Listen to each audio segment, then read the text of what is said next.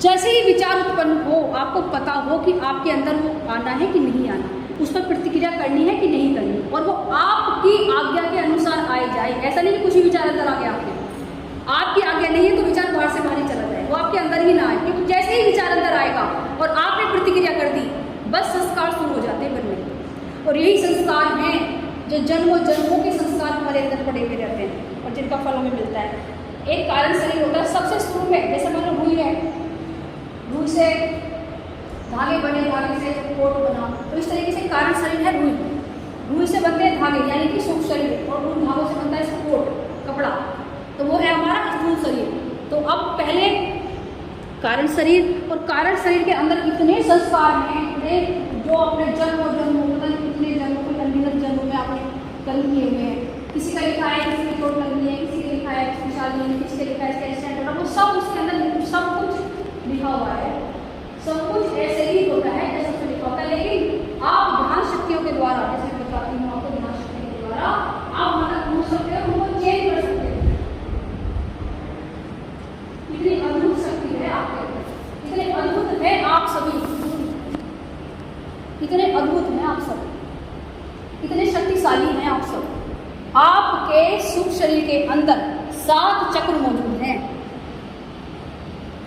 मूलाधार चक्र गुदाद्वार से ऊपर है, स्वादिष्टान चक्र, मणिपुर चक्र, सारे पाचन संबंधी कार्य जितने भी पाचन होता है आपके अंदर वो सब वही करते हैं, वही नियमित करते हैं उनको। अगर उनमें जरा सी भी प्रॉब्लम हो जाए किसी चक्र में, तो ना तो पाचन होगा ना ही आपका जीवन चलेगा। तो ये 7 चक्र, उसके बाद आता है अनाहत चक्र, हृदय के पीछे स्थित है, विशुद्धि चक्र कंठकूप में है, आगे चक्र दोनों आयुओं के बीच में होता है, सहस्रार चक्र होता है बिल्कुल सर के ऊपर की ओर, जहाँ से 6 हफ्ते के अंदर गर्भ के अंदर आकर प्रवेश करते हैं और मृत्यु के बाद यहीं से आकर बाहर निकल के चली जाती है।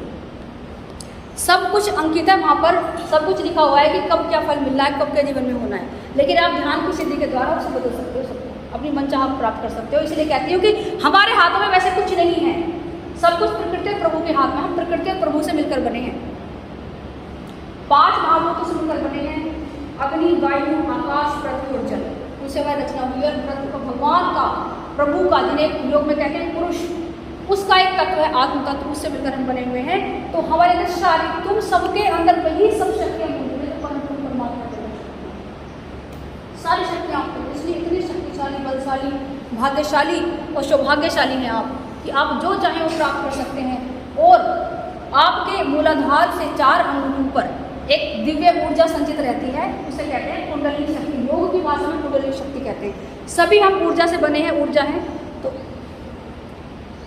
उस कुंडलिनी शक्ति को योग के द्वारा जगाया जा सकता है, क्योंकि वो सोई हुई रहती है हमेशा।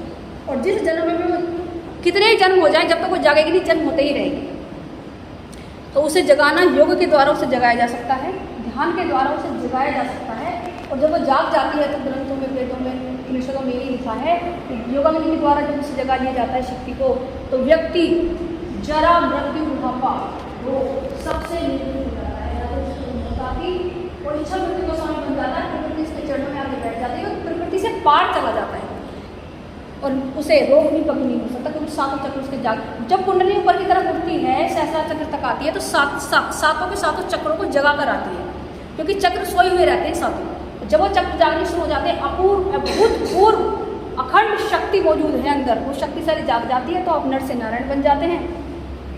रोगी तो स्वयं हमने अपने आप को बनाया हुआ, रोगी तो स्वयं मनुष्य अपने आप को बनाता है नियमों को तोड़कर। जब वो प्रकृति से उसकी रचना हुई है, तो प्रकृति के नियमों को तोड़कर वो कभी भी स्वस्थ रह नहीं सकता, ये संभव ही नहीं है। देखिए, जो चीज़ जिससे बनी होती है, रिपेयरिंग उससे ही होती है उसकी।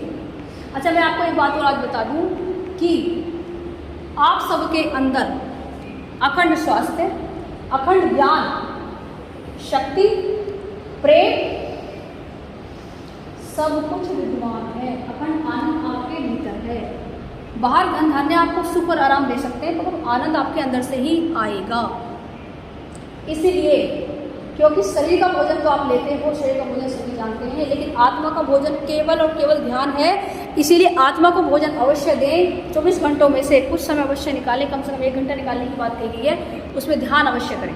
जब आप ध्यान करना शुरू करोगे तो मन और आत्मा, क्योंकि दोनों में द्वंद्व है, दोनों एक दूसरे के अपोजिट है। आत्मा प्रभु की ओर खींचती है, आनंद की ओर खींचती है, और मन हमेशा चंचल है, संसार की ओर खींचता है। तो इसे चंचलता बनी रहती है सांसारिक विषयों में, सुख दुख बने रहते हैं। तो उन दोनों में सामंजस्य स्थापित करना है आपको। और शरीर को स्वस्थ करना बहुत आसान है, जैसे मैं बताती हूँ वैसे भोजन लो, उन सब नियमों का पालन करो, कुछ ही समय में आप बिल्कुल स्वस्थ हो जाओगे, सारे रोगों से आपकी निवृत्ति हो जाएगी, संपूर्ण स्वास्थ्य के स्वामी बन जाओगे।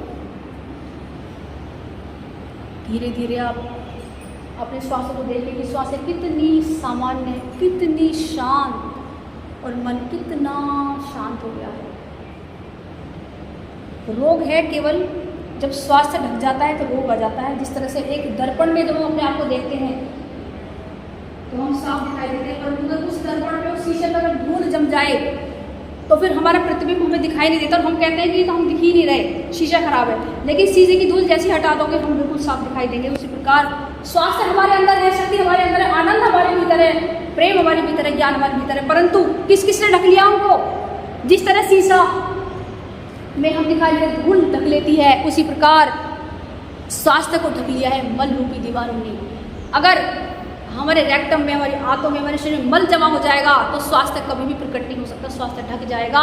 मल को बाहर निकाल दो, किसी पैथी में जाने की जरूरत नहीं है, सारा स्वास्थ्य प्रकट हो जाएगा, अपूर्व अखंड स्वास्थ्य प्रकट हो जाएगा। खाने के लिए मैंने सबको बताया, उन नियमों का पालन करो। 21 दिन में आप स्वयं ही अपने अंदर प्रभाव महसूस करेंगे, चमत्कार महसूस करेंगे। और मैं तो गुरु हूँ, मैं तो सबको सही रास्ता दिखा रही हूँ, अब चलना या न चलना तो आप साधकों की निर्णय है, साधकों का, कि वो चलना चाहते हैं या नहीं, क्या उन्हें प्राप्त करना। प्राप्ति अवश्य होगी, जो कर्म करोगे उसका फल अवश्य मिलेगा। और आपके हाथ में एक बहुत बड़ी शक्ति है कर्म करने की, उस शक्ति का भरपूर उपयोग करें। आप अति भाग्यशाली हैं। अपने पूरे जीवन के लिए धन्यवाद करें, अपने पैरों के लिए धन्यवाद करें जिनसे आप हमेशा चलते हैं। धन्यवाद करें पूरी श्रद्धा से कि मेरे पैर, दोनों पैरों के लिए बहुत बहुत धन्यवाद है जिनसे मैं आज तक चलता हूँ, आया हूँ, चल रही हूँ। मेरे दोनों हाथों के लिए बहुत धन्यवाद है जिनसे मैं चलती हूँ।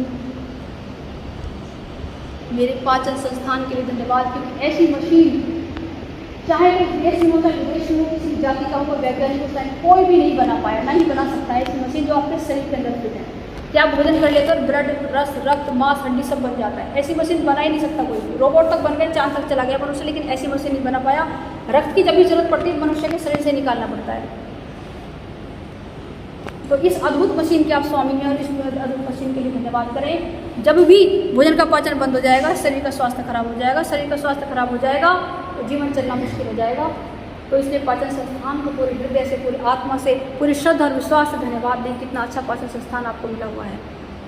धन्यवाद दें अपनी आंखों के लिए, पूरे जीवन के लिए धन्यवाद करें। और लौटे अपने श्वास के द्वार देखिए, श्वास कितनी शांत है। श्वास पर हमारा पूरा जीवन टिका हुआ है। प्राण वायु, 5 प्रकार के प्राण होते हैं, 5 प्रकार के ही कोश होते हैं, 5 प्रकार के विकार और 5 प्रकार के ही उसकी पैथी होती है। धीरे से रिंग फिंगर उठाएंगे और आगे चक्कर पर धीरे धीरे मसाज करेंगे। आगे चक्कर पर ध्यान करेंगे किस प्रकार, किस कलर का, किस संरचना का है आगे चक्कर पर। आगे चक्कर पर ध्यान लगाते हुए रिंग फिंगर से आगे चक्कर पर मसाज करेंगे और दोनों हथेलियों का घर्षण इस प्रकार करेंगे कि पूरी ऊर्जा, पूरी गर्माहट उत्पन्न हो जाए उनमें। और इसी हीलिंग ऊर्जा को पूरे शरीर पर अपने हीलिंग करेंगे, आपकी ऊर्जा आपको मिलती है पूरे शरीर पर। जहाँ पर लोग महसूस होता है उस पर लगाएं और अपने आप से कहें कि मेरा ये रोग दूर हो रहा है।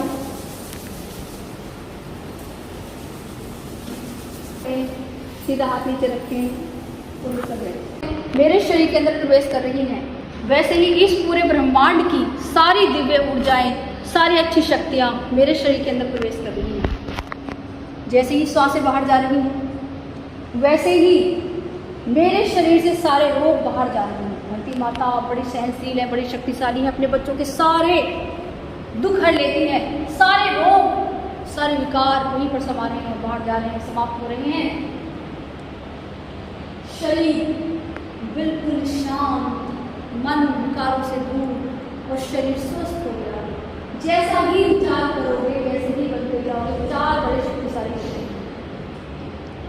एक बार कुछ शिष्य घूम जा रहे थे नदी के पास से, तो कुछ शिष्यों ने बोला कि उन्होंने कहा कि स्नान कर लो। तो शिष्यों ने बोला कि गुरुजी यहाँ पर बहुत सारे मगरमच्छ रहते हैं इसमें। तो गुरु ने तभी कहा कि अगर तुमने ये विचार भी किया तो कम से कम 1-2 किलोमीटर दूर जितनी भी नदियाँ होंगी सबके मगरमच्छ इसी में आ जाएंगे। तो विचारों में बड़ी शक्ति बताई गई है। इसलिए कहते हैं कि जो भी अनावश्यक विचार इतने अभ्यास के द्वारा अभ्यस्त हो जाओ कि तुम्हें पता हो कि कौन सा विचार तुम्हारे अंदर आना चाहिए और कौन सा नहीं। क्योंकि अभी तो कुछ भी विचार चले जा रहे हैं, जो तुम्हारे अच्छे के लिए है वो भी, जो तुम्हारे बुरे के लिए वो भी, कुछ भी आए जा रहा है। जिससे तुम परेशान होते हो वो भी विचार आ जाते हैं, जिससे तुम खुश होते हो वो भी विचार आ जाते हैं। परंतु विचार वही आने चाहिए ना जिनसे आपका जीवन आनंदित हो, जिससे आपका जीवन दुखी ना हो। ऐसे ही तो विचार होने चाहिए, लेकिन तुम्हारे विचारों पर कोई कंट्रोल नहीं होता, कुछ भी आ जाता है अंदर, कुछ भी विचार। तो धीरे धीरे जैसे मैं बताती हूँ कि ध्यान के द्वारा इतने अभ्यस्त हो जाओ